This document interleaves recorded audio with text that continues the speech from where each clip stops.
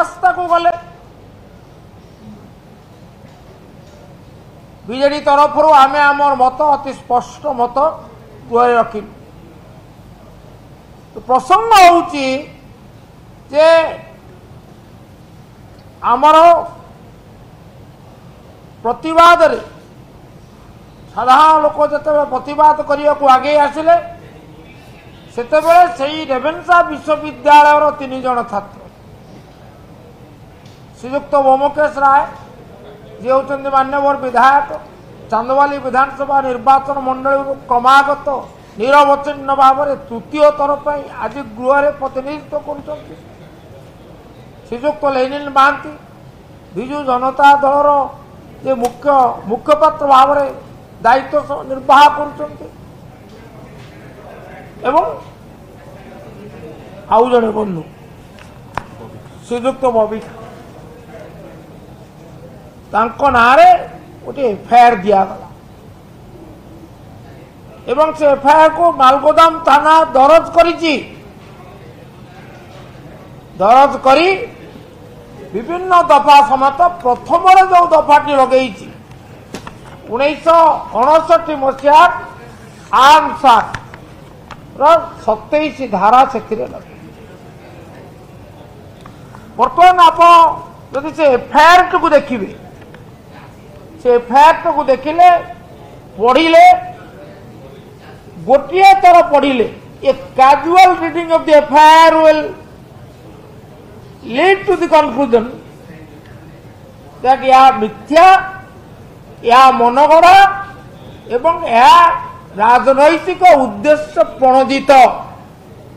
प्रतिहिंसा परायण राजनीतिर यह हूँ गोटे निच्छक प्रतिफलन एफआईआर अभियोगकारी अभियोग करती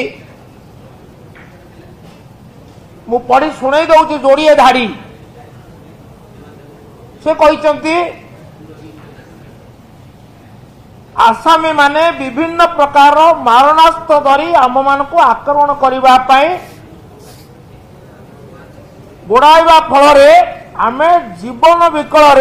से स्थान छाड़ी आतंकित अवस्था वर्तमान कैंपस हॉस्टल से दौड़ी पलैले ये मारणास्त्र धरी गोड़े से पलैले अभियोग तार पर अभियोग हूँ गोटे धाड़ी पर तृतीय धाड़ी तापर लिखुंट आसामी माने सेटारे आतंकराज खेलाई हाथ में धरी एक बंदूक मोर मुंडरे लगाई जीवन रे मारी देबा पाई धमक आपण तो छाड़ी पलैले पुणी आपण को मुंडरे तार परवर्ती समय बंदूक लगाले किपरि या मिथ्या नुहे आउ कौन या कपल कल्पित नुहे आउ कौन ये हीन राजनीति नुहे आउ कौन द्वितीय कथा हूँ विचार करेंगे ओडिशावासी